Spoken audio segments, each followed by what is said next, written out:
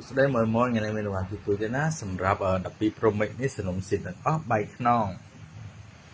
128G កាមេរ៉ាគឺច្បាស់មកក្រោយណាមកមក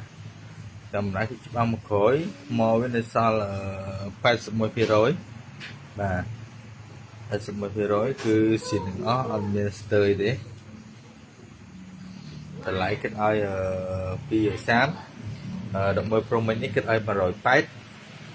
អេក្រង់ GX ក្រង់ GX អត់ scan ទេថ្ម 85% កាមេរ៉ាច្បាស់មកក្រោយនេះតម្លៃគិតឲ្យ180ហើយ12 Pro នេះអេក្រង់ GX អេក្រង់ GX អត់ scan ណាថ្ម98តម្លៃលក់គិតឲ្យ190កាមេរ៉ាច្បាស់មកគាត់គ្នា12 Pro 12 Pro នេះគឺតំណស៊ីមគិតឲ្យ220បានមាន scan ស៊ីមទាំងអស់បាទតម្លៃលក់វាគិតឲ្យ220ហើយចំពោះប៊ូសមិនទេប៊ូសបាទអានេះគិតឲ្យ12នេះសំណុំណែនគិតឲ្យ185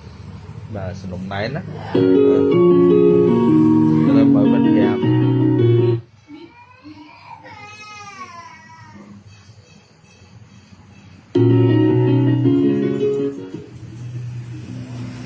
ហើយនេះ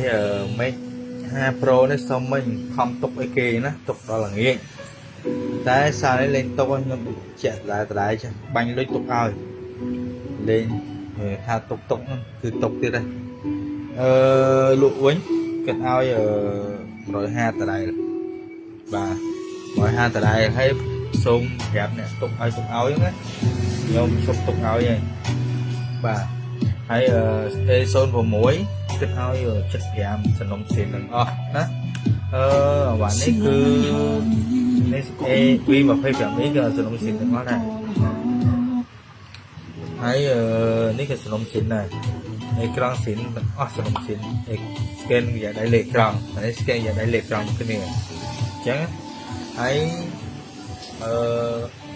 អានេះអត់ឆ្នាំងទេណាប៊ុំ1020ប៊ុំ60អញ្ចឹងអានេះប៊ូសស៊ីន 100% ស្អាតបាទសំឡេងកក់សំឡេងនេះត្រឡប់ក្រោយជាជំរឿនឡើងអែមចឹងអូខេអរគុណច្រើនមើលបងសុំទូ